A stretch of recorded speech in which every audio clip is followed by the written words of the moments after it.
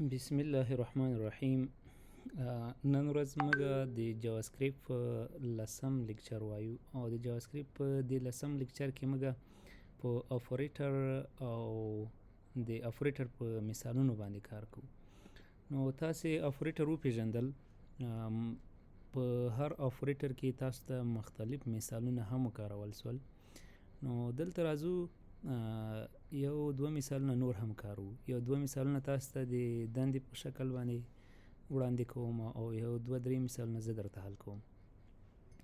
نو دلته ما یو څو مثالونه راخیستي دي. لومړی مثال داسې وایي چې که چېرته ته د میاشتې 500 افغانۍ ته ګټې او 50 افغانۍ بونس درته رسېدلی ده د هرې میاشتې، نو د دریو میاشتو به ټوله سیلري د تا څومره وي؟ نو اوس راځو دا مثال که حل کوو، نو زه راځم HTML ته او په دې ځای کې سکریپټ جوړوم. صحیح ده، سکریپټ مې جوړ کړ. نو یو وریبل اخلم د ما منت سیلري چې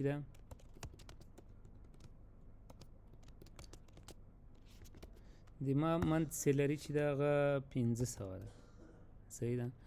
او یو بل وریبل اخلم. صحیح ده.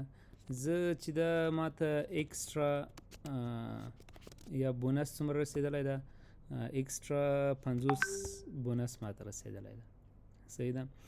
نو اوس دی وایي چې تا د دریو میاشتو سیلري به څوی وي. صحیح ده. اوس موږ ته د 3 منت سیلري نه ده معلومه. صحیح ده. 3 منت سیلري موږ ته معلومه نه ده چې د دریو میاشتو سیلري به څوی وي. اوس د دې لپاره زه داسې کوم، دلته یو بل وریبل اخلم د ریزلټ په نامه باندې یا د ټوټل په نوم باندې. صحیح ده. او دې ته داسې وایم چې هره میاشت زما سیلري چې ده د من سیلري په نامه وریبل کې ذخیره شوې چې 500 ده، او د دې سره جمع کوم څو ایکسټرا د اضافي بونس سره جمع کوم. بونس څومره ده؟ 50. نو همغه وریبل دلته لیکم. صحیح ده. په دغه وریبل کې 50 ذخیره شوي دي.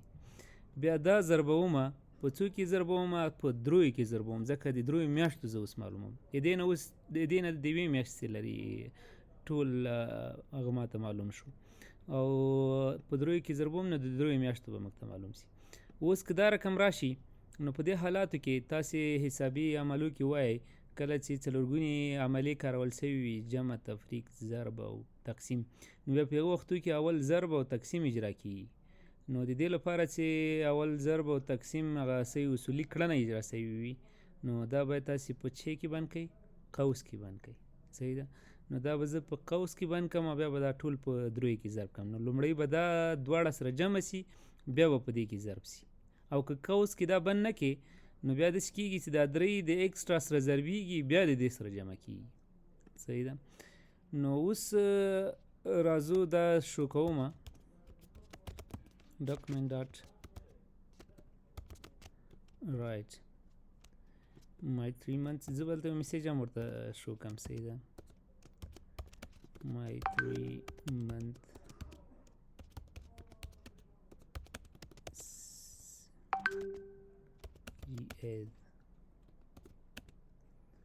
نو دلته ورته وایم چې ما ته کانکینیټ که چې شي کانکینیټ که وسره د ټوټل وریبل وسره وکړه. نو اوس ما ته د ټوټل وریبل کې به چیز اچول شوي وي، همدغه به اچول شوي وي، دې ریزلټ به اچول شوی وي. نو زه راځم دا شو کوم. نو د ما ټول د دریو میاشتو سیلري څو راځي؟ 1650 راځي. صحیح ده. نو که تاسې همدغه شان حساب ورته وکړئ 1650 همدغه ریزلټ راځي. نو دویم مثال تاسې حل کوئ. دویم مثال داسې ده چې یو ټکسي په ساعت کې 80 کیلومتر مزل کوي. که چېرته دا ټکسي د 4 ساعتونو لپاره وچلیږي، نو په 4 ساعتونو کې به څومره مخې ته تللی وي؟ څو کیلومتره به مخې ته تللی وي؟ صحیح ده. نو دا مثال تاسې حل کوئ. پورتنی مثال ته ورته مثال ده. او دریم مثال داسې ده چې احمد چې ده هغه د 28 کالو ده، او مینیمم د ټول نه ټیټ عمر چې د لیسنس اخیستلو لپاره چې ده هغه 18 کاله ده. اوس تاسې معلوم کړئ چې آیا احمد د هغه لپاره د لیسانس اخیستو لپاره الیجیبل ده که نه. نو د دې لپاره موږ د چی نه استفاده کوو؟ د کنډیشنل اپریټر نه استفاده کوو. کنډیشنل اپریټر موږ په تیر درس کې وویلې، صحیح ده، چې اول فرست ویلو چې ښکاره کېږي او سیکنډ ویلو کې چې شی ښکاره کېږي. نو د دې لپاره راځو، زه داسې ورته وایم چې یو وریبل ده د موږ سره. نو احمد چې ده یو وریبل زه د احمد په نامو، احمد ایچ په نامو جوړوم. د احمد ایچ چې ده څومره ده؟ دلته وګورو، د احمد ایچ چې ده 28 کاله ده، صحیح ده. دلته لیکم چې د احمد عمر 28 کاله ده. یو بل وریبل جوړوم د الیجیبل ایچ په نامو باندې. الیجیبل ایچ چې ده هغه څو ده؟ 18 کاله ده، یعنې 18 کالونه باید پورته وي. نو بیا په هغه وختو کې د لیسانس اخیستلی شي، که نه نشي اخیستلی. نو دا اوس احمد چې ده 28، دا خو معلومه خبره ده چې احمد یې اوس اخیستلی شي، خو د کوډ په اساس چې معلومه اوس زه کنډیشنل اپریټر نه استفاده کوم. نو کنډیشنل اپریټر لپاره یو زه بل وریبل اخلم د ریزلټ په نامه باندې. په ریزلټ کې زه هماغه کنډیشنل اپریټر تطبیق کوم. دلته ورته وایم که چیرته د احمد ایج لوی وي له چی نه، د الیجیبل ایج نه، د الیجیبل ایج نه د احمد ایج لوی وي، نو په دغه حالات کې احمد چې ده احمد از الیجیبل. او که چیرته نه وي، صحیح ده، یعنې هماغه شرط خو دا دویم یو د دې لپاره ده چې صدق نه کوي، یعنې غلط هغه چې وي، بیا په هغه وختو کې دا میسیج موږ ته ښکاره کېږي. بیا په دې وخت کې ووایه چې احمد is not eligible.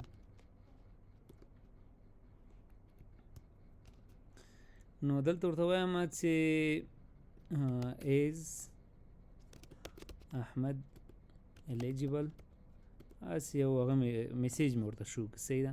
او دغه ځای کې د ټوټل په ځای خو پخوانی هغه زه ورته همدغه د ریزلټ وریبل اساین کوم، صحیح ده. زه اوس راځم دغه شو کوم، ګورم یې دا چې کله ریفریش شي لیکي چې ایز احمد الیجیبل، نو هغه ورته وایي چې احمد ایز الیجیبل، صحیح ده. موږ ته کوم میسیج ښکاره کړ؟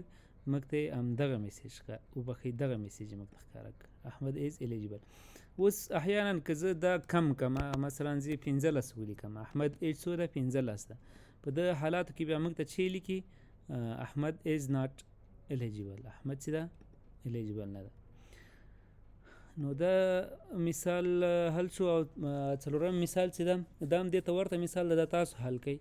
داسې وایي چې یو سټوډنټ چې ده، یو شاګرد 45 نمرې په یو امتحان کې اخیستې دي، او د امتحان د کامیابېدو کمترینه نمره چې ده هغه 40 ده.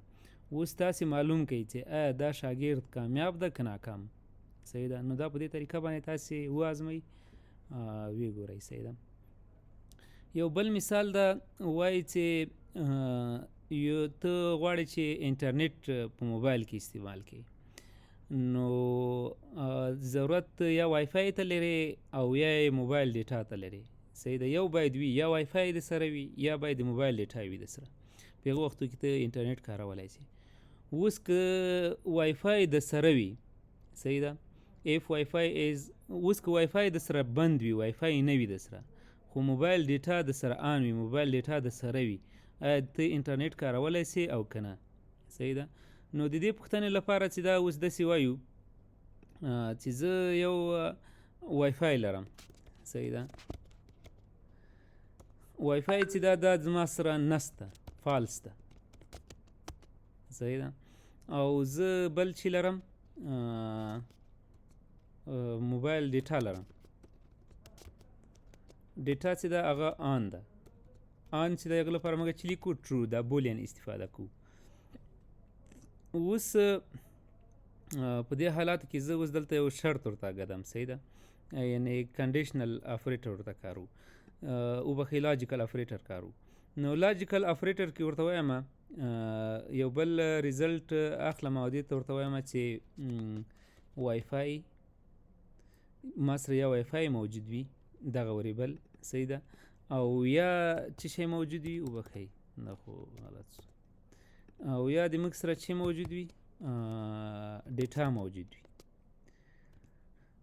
دا دوه علامې د چې مفهوم لري د یا مفهوم لري. یعنې که دې کې یو هم صحیح وي یا ډیټا ټرو وي یا وای فای ټرو وي، هر یو چې ټرو وي بس زموږ ریزلټ به چې وي زموږ ریزلټ به ټرو وي. نو دلته اوس لیکم چې ایز داسې به ولیکم چې can I use internet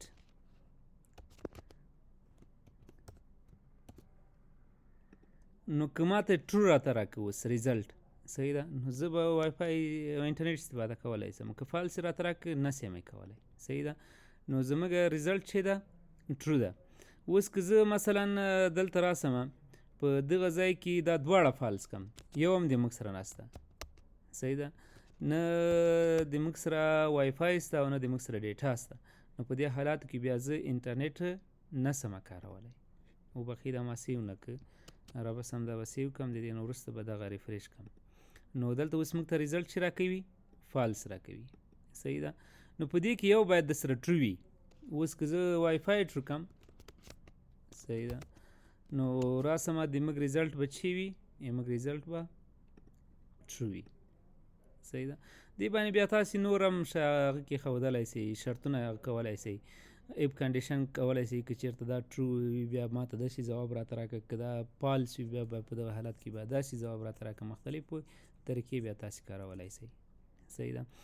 نو دا دریم مثال او څلورم مثال چې ده وایي چې ته د میاشتې $500 بودیجه لرې او که تا نه ته $100 درنه مصرف سي، $100 درنه مصرف سي، نو د تا نوې بودیجه به څومره وي؟ دا خو ساده سوال ده، بس دا هم تاسو د سره حل کوئ.